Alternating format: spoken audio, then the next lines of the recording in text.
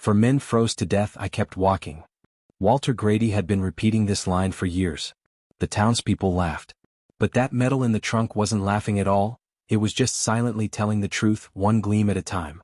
Out west of town, right up against the forest edge, there's this old shack with smoke always trickling out the chimney. Boards all cracked, nails all rusty. But for Walter Grady, it was safer than anywhere else in the world. Walter's 82 years old. Hair white as cotton, hands all calloused, fingers shaky. He wears this huge old coat summer or winter, doesn't matter. Got this old pocket watch hanging from his pocket. Thing doesn't even work, but Walter's always winding it like it does. The townspeople never forget he's around, 'cause Walter never stops telling stories. Outside the grocery store in the town square, down at the fishing dock. Wherever two people are sitting, Walter finds a way to tell his story. Back in '53, up in the Korean mountains, this storm hit so hard there were 5 of us. 4 guys froze to death I kept walking. Walked for 4 days, found the village, saved the men. Young folks walk by and wink at each other talking shit. Hey Walter. What's up on the moon? Tell us about that. Did your team get lost on the moon too? Next time tell us about the aliens. Walter doesn't get mad or pissed off. He just smiles. Keeps telling his story. But at night, when he's all alone, sitting in that chair just rocking with those big shadows falling across his face, that's when nobody sees the sadness in his eyes. That summer, someone came knocking on Walter's door, Ethan. Ethan was Walter's only grandson.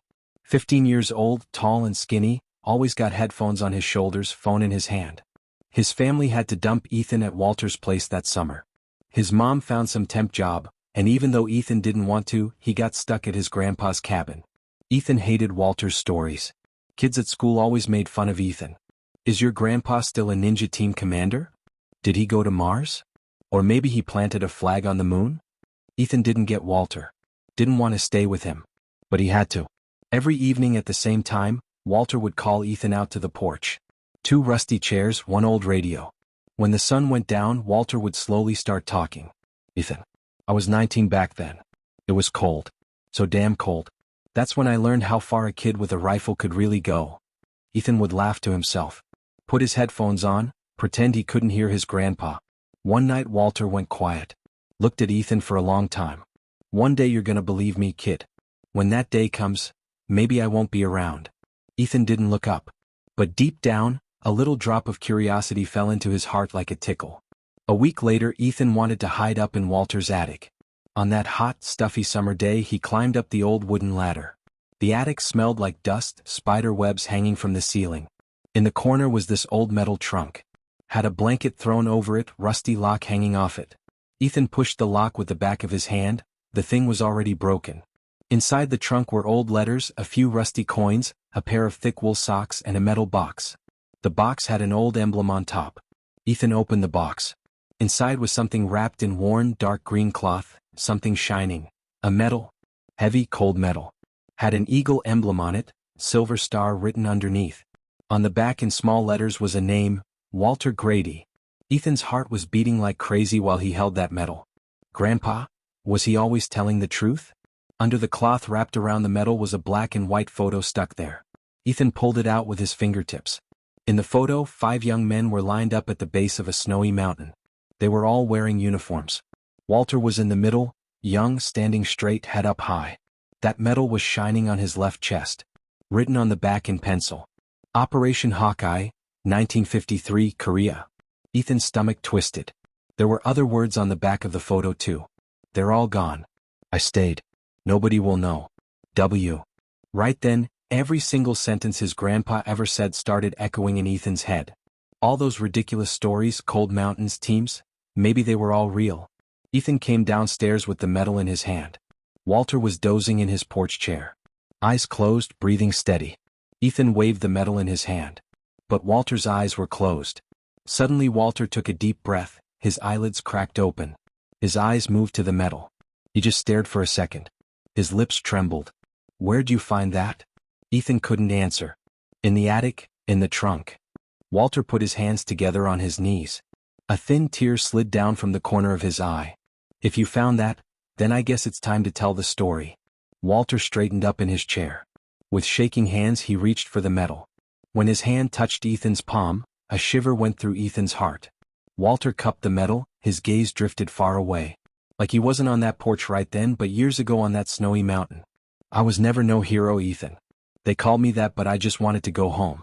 On that mountain there were 5 of us. The other 4 were like brothers to me. We got an order together, go quietly, come back, nobody hears anything. But that mountain, it took everything. Ethan stared at his grandpa. This voice had never sounded this broken before. They all went down right in front of my eyes. I was left. They brought me back, made me shut up.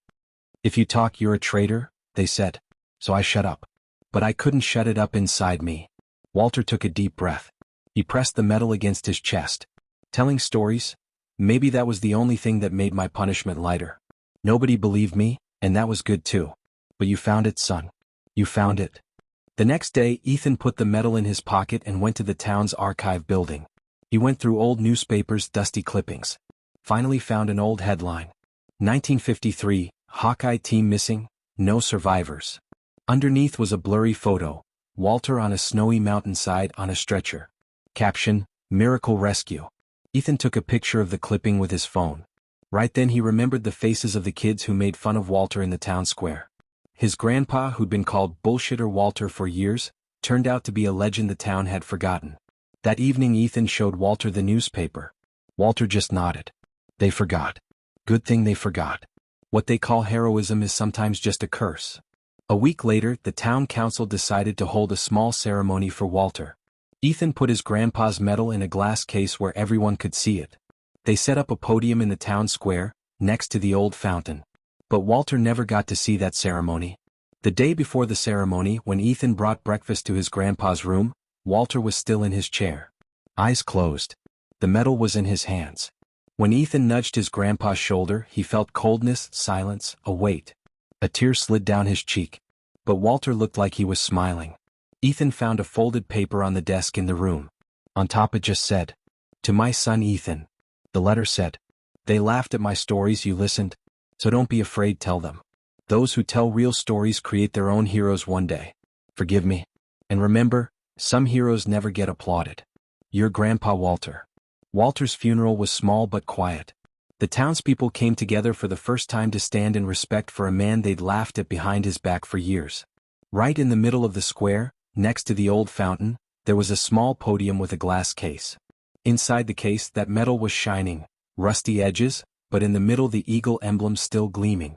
Ethan put his hands in his pockets and looked at the crowd. These people had the same faces that laughed at his grandpa. But that day none of them were laughing. Some had their heads down. Some looked ashamed. The town council president leaned into the microphone. Walter Grady's stories weren't the empty tales we thought they were. This medal, this photo, these newspaper clippings. They're all silent witnesses to a truth. And that truth, one of our own, was a hero. In the crowd, Ethan felt his grandpa's letter in his pocket. He touched the edge of the paper with his fingers. Then he walked to the podium. Got close to the microphone. Ethan started with his voice shaking. "Don't laugh at your grandpas," I used to say. But even I didn't believe him. To be honest, even I thought his so-called heroism stories were stupid. Until I opened that trunk. He caught his breath. His eyes filled up. The crowd watched him silently. My grandpa never told what he was really hiding when he told his stories. On that mountain, on those freezing nights when he was trying to save those men, he left a piece of himself up there. He came back here, but the war inside him never stopped. A kid sniffled. A woman covered her face with her handkerchief. Ethan smiled. Maybe my grandpa's not here anymore. But his story is here now. And I'm gonna keep telling it. Because sometimes one truth shuts up the sound of 1,000 laughs. At the end of the ceremony, the townspeople took turns touching the medal. Walter's name was carved into the town's small memorial stone. Walter Grady, last man of Hawkeye team. 1931 to 2024 inch. Ethan took his grandpa's chair back to the cabin. Left the chair on the porch, put the old radio and Walter's pocket watch next to it. Months passed. Ethan wrote his grandpa's story in the high school yearbook. Newspapers covered it.